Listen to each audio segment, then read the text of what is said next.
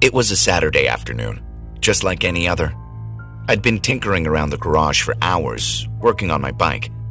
I'm 20 now, living with my dad after he got married to Linda, a woman almost 3 times my age. Linda's 60, but you wouldn't know it by looking at her.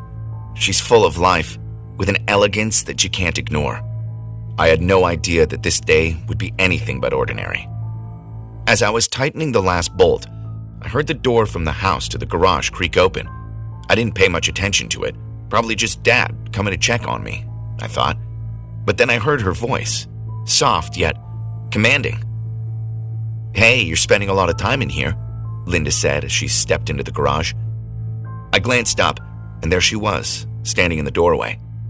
She was wearing a light dress that clung to her body in ways that made it hard to ignore her. Her blonde hair was perfectly styled, as always, but what caught me off guard were her eyes. They were different, almost playful. "Just finishing up with the bike," I said, wiping the sweat off my forehead with my arm. I tried not to stare, but there was something about her presence that drew me in. "You know," she said, walking toward me, her heels clicking against the concrete floor, "I never really come down to the garage, but I was curious what you were up to." I laughed nervously. "Yeah, not much to see here, just tools and grease." She smiled that warm smile that always seemed to brighten up the room, but today it felt more intense. She leaned against the workbench, just a couple of feet away from me. "You've been working so hard lately. You deserve a break, don't you think?" Her words hung in the air, and suddenly the garage felt a lot smaller. I could feel her gaze on me, and for the first time, I didn't feel like she was just my dad's wife. There was something else going on, something I couldn't quite put my finger on. "Maybe," I muttered, trying to keep my voice steady. I turned back to the bike, pretending to tighten a bolt that didn't need any more work. "You don't have to be so shy around me, you know," she said, her voice softer now. I felt her hand on my shoulder and I froze. Her touch was light, almost tentative, but it sent a shiver down my spine. "You've grown up so much," she whispered, her fingers trailing down my arm. I swallowed hard, my heart racing. "Linda, Shh," she said, stepping closer, her body brushing against mine. "It's okay." Her hand moved to my neck, and before I could say anything, she leaned in and kissed me. It was soft at first, but then she deepened it, her lips warm and insistent. I couldn't think, couldn't process what was happening. All I knew was that I wasn't pulling away. Her hands moved to my chest, sliding under my shirt, her fingers tracing the muscles there. I felt like I was in a dream, and part of me didn't want to wake up. "Linda, we shouldn't," I whispered against her lips, but then she just smiled, her green eyes locking onto mine. "Why not?" she asked, her voice teasing. "Your dad's out for the day, and it's just the two of us." Her fingers toyed with the hem of my shirt before pulling it over my head. I was breathless, caught in a whirlwind of emotions I didn't understand. But her touch, her kisses, they were intoxicating. She pushed me back against the workbench, her lips trailing down my neck, her hands exploring my body with a confidence that left her powerless. "We've got plenty of time," she whispered, as her lips found mine again, her kiss more urgent now. I didn't know how we got here, how things had escalated so quickly, but in that moment, none of that mattered. It was just me and her, the world outside, the garage fading away as the tension between us built with every touch, every kiss. Her lips pressed against mine, soft yet hungry, as if we had both crossed some invisible line that neither of us could step back from. The garage seemed to close in around us, the air thick with tension. Her hands roamed my chest, her fingers tracing every curve and muscle, as if she had been waiting for this moment. I could feel the heat between us growing, a magnetic pull I couldn't resist. "Linda," I whispered again, but this time there was no hesitation in my voice. She looked up at me, her eyes filled with something I hadn't seen before. Desire. Pure, undeniable desire. She moved closer, pressing her body against mine, and I could feel her warmth through the thin fabric of her dress. Every touch of hers made my pulse race faster. Every brush of her skin against mine made me want more. It wasn't just the physical closeness. It was the electricity in the air, the unspoken connection between us that had been there all along, but never acknowledged. "I've seen the way you look at me," she whispered, her lips grazing my ear. "Don't think I haven't noticed." I swallowed hard, my heart hammering in my chest. She was right. I had tried to ignore it, to push those thoughts away, but now there was no denying it. I had been drawn to her for months, maybe even since the day she moved in. But I never allowed myself to admit it. Not until now. Her hand slid lower, and I shivered at her touch, feeling the cool air against my skin as she slowly peeled off my shirt. She took her time, savoring every moment, as if she was unwrapping a gift she had been waiting for. And maybe, in a way, she had been. "You don't need to hold back," she whispered, her lips brushing against my neck, sending shivers down my spine. "I know you've wanted this just as much as I have." I couldn't speak, couldn't think. All I could do was react, my hands moving almost instinctively to her waist, pulling her closer.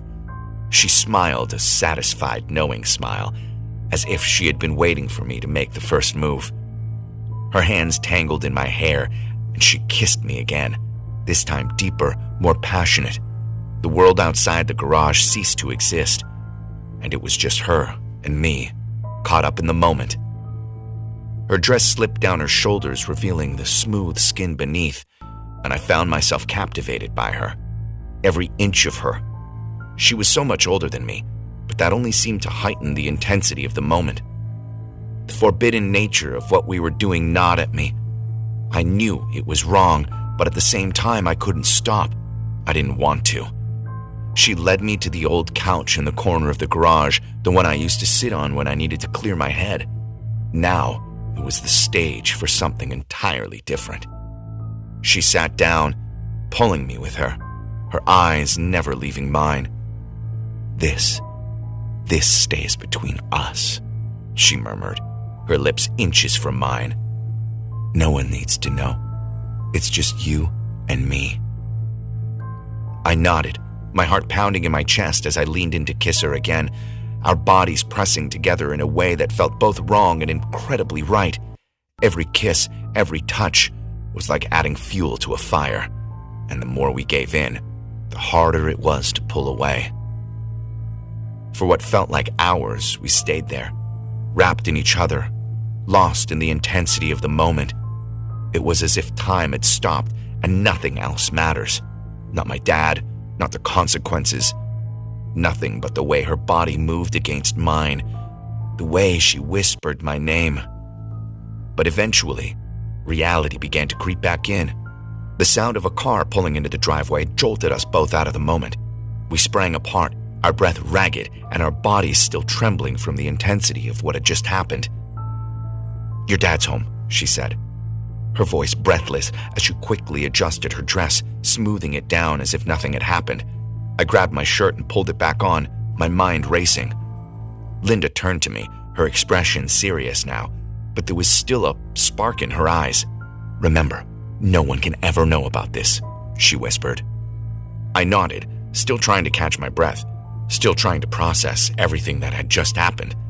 As she opened the door to the house, she paused for a moment, looked back at me with a smile that sent another shiver down my spine. "We'll talk later," she said softly, before slipping inside, leaving me standing there in the garage, alone with my thoughts and the memory of her touch. I stood there for a moment longer, my heart still racing, wondering how everything had changed so quickly. I sat on the edge of the bed, my heart heavy with everything that had just been said. Before Linda could fully walk out the door, she paused again. She just stood there, her hand on the doorknob, as if battling with herself. Then slowly, she turned back to face me. Her expression softened, and Instead of the finality I had felt a moment ago, there was something else, something hopeful. "Look," she started, her voice tender now. "I meant what I said about this being complicated, but that doesn't mean it was wrong. I wasn't expecting this. Wasn't expecting to feel this way." She stepped back toward me, sitting down next to me on the bed, closer this time. I've been fighting it too, trying to ignore it. I looked at her, searching her face. Then why does it have to end like this? She gave me a small smile, her eyes twinkling with something lighter, softer. "Maybe it doesn't," she whispered. "Maybe it's not about what can't happen, but about what we need to figure out together." There was a moment of silence as we both absorbed the shift in the conversation. I could feel the tension starting to ease between us, replaced by something more natural, more honest. Linda reached out gently, taking my hand in hers. "I don't want to lose whatever this is between us," she said softly. "But we have to be careful. We have to go slow. I don't want to hurt anyone, especially not your dad. But I don't want to pretend this didn't happen either." My heart lifted. Maybe it didn't have to be all or nothing. Maybe there was a way to explore what we felt without it being the end of everything. "So what do we do?" I asked, cautiously hopeful. She smiled that warm, inviting smile of hers and squeezed my hand. "We take our time. We figure it out. No rushing into anything, no more hiding from the feelings. But we keep it between us for now, until we know what we're doing." It wasn't perfect, but it was more than I had hoped for. There was no need for shame or regret. There was potential, something that could grow into whatever we both wanted it to be. Linda leaned in then, and this time, when she kissed me, it wasn't filled with urgency or guilt. It was soft, tender, filled with the promise of something new, a future we hadn't expected, but one that we could now explore together. She pulled back slightly, her eyes meeting mine with a quiet intensity. "We'll figure it out," she whispered, and in that moment, I knew she was right. We had time, and more importantly, we had a connection, a chance to make this work, however long it might take. The heaviness I had felt earlier lifted, replaced with a lightness, a sense of possibility.